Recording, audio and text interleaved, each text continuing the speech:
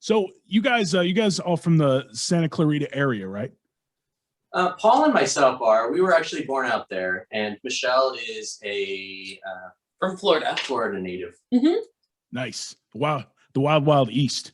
It is wild. It is wild out there. It's true.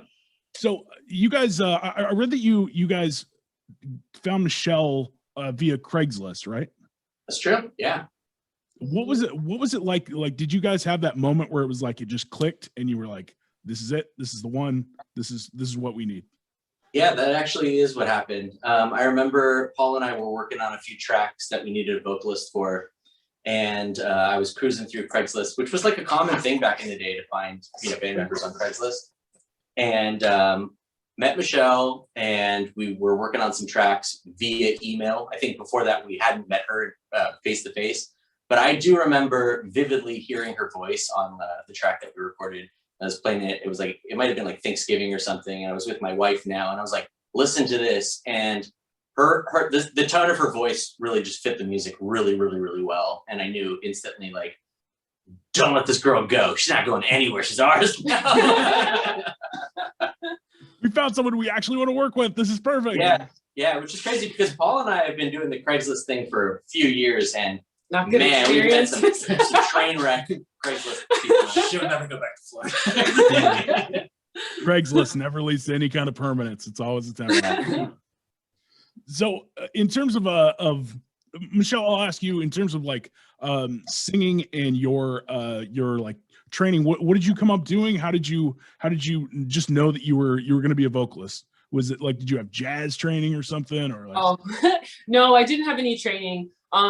Growing up, I was supposed to be a track star. My dad was a track coach, so I didn't really get to explore music much, but I've always loved singing. I've kept it to myself, and I kept a lot of journals. I loved writing, and once I moved out here, I was finally able to explore this love of mine with Ryan and Paul, and they were my first band and my last band. So just I've been pretty dedicated to it since we started, because it felt like magic, like the first song that we started working on, and I've just had so much fun since. Related topic, like when I first heard Fire for You, I was like, this song is great. Like it came on the radio, and it was just like, it had such great texture, and it just was so different from so many other things we were playing. I absolutely loved it, like just from jump. So thank you very much for the hard work on that, guys. And you guys have Shadows that came out in 2019, and you got a little time to work with, like going out and promoting it and stuff like that. But obviously the pandemic put kind of a damper in things. Have you just gone back into the studio? Do you take some time off, or are you looking forward to maybe like educating people about Shadows and the new album that you have coming out here soon? We kind of just kept writing. And yeah, since the pandemic, we've just been writing a new album. So we almost have that finished. And then we worked on some music videos, some like stuff for YouTube, some covers for YouTube. And we've been trying to connect with people online a little bit more over the past year. Great.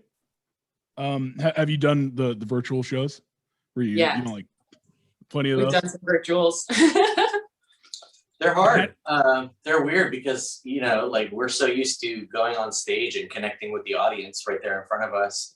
And now that we have to do it, all through the computer, it's also an additional step just to get the sound right. Like half the time we can't even get a Zoom call going. So stuff.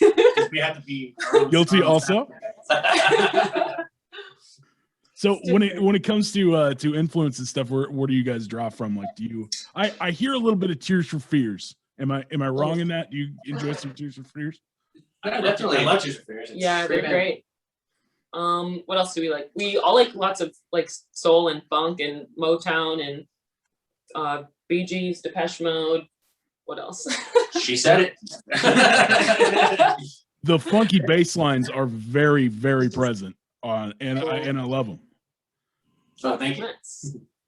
So when you get to go out let's see what else I have here. Have you met some friends while you're out touring? Like any groups that you've like become fast friends with while you're out maybe promoting Shadows? There's an artist on our management team. She goes by Soam, which is really rad. Yeah, she played some shows with us. Yeah, she's super talented. But we only went on one kind of small West Coast tour with Shadows, and yeah, so not too much touring yet, but we're about to. Yeah, I hope so. Yeah, once things open up, I'm sure people are absolutely itching to get out there and tour again. We'd love to have you in Eugene, by the way. I know a venue that would absolutely love to have you guys, and I'm sure we could pack it out. Awesome. Let's do it. That'd be great. Yeah. One other thing here, you guys into any nerdy stuff? You know, like Star Wars or MCU, DCEU, that sort of thing? There was like a month where I was obsessed with Lord of the Rings. Oh yeah. Again. Yeah. It was like right when the pandemic hit. I was like, what can I spend like 24 hours doing? Let me just watch all the Lord of the Rings every day for about a month. And when I was a kid, I loved comic books and like collected Marvel comic cards and that kind of nerdy stuff. I think the real nerd might be Paul though. He's a video gamer guy. He's gone deep into some video games. More video games. Do you enjoy some Zelda, Paul? No, I don't get into Zelda too much. Wow, that's a rare statement. Yeah. Is it that I'm good? not much of a. I didn't really pay much Nintendo back in today. Oh, okay. That's fair. My dog actually just ate my gold Zelda cartridge for my original Nintendo. Yeah. Seriously. Yeah, I hope it tasted good. Yeah. So your guys' music is excellent in many ways. One of them is with headphones on. In doing a little more research, listening to the album and stuff, like I had it on in the back, but man, once I put the headphones on, it's like a whole new experience. And I feel that. there's a lot of layers. You guys have a lot of complexity to it. I would say if anyone gets a chance certainly with Shadows, like listen in your car, chill out and do some studying or something to it, but take some time and like make sure you get those headphones on so you can hear the different layers because they are excellent. Cool. Yeah, I agree. I've actually been doing that more lately with just music in general, just throwing a pair of headphones on and really listening to it. It's like you said, it's a whole different experience. Yeah, absolutely, man. Beatles albums are interesting. No doubt. Yeah. Another good call for headphones. In terms of like electronic influences, did you guys do like a lot of early 2000s electronic stuff? Did you guys consume a lot of that? Yeah, there was a period where I played guitar from like junior high to high school, a little after high school, and then I stopped playing guitar for about 7 years, and I got really into mixing music on turntables. And at that period of time, I got really into like the early deep house kind of thing. I don't know if it was like early 2000s, but like maybe mid 2000s. I just loved that type of production. And my older brother, like since like the early 90s rave scene, has always really been into like techno and stuff. I love that.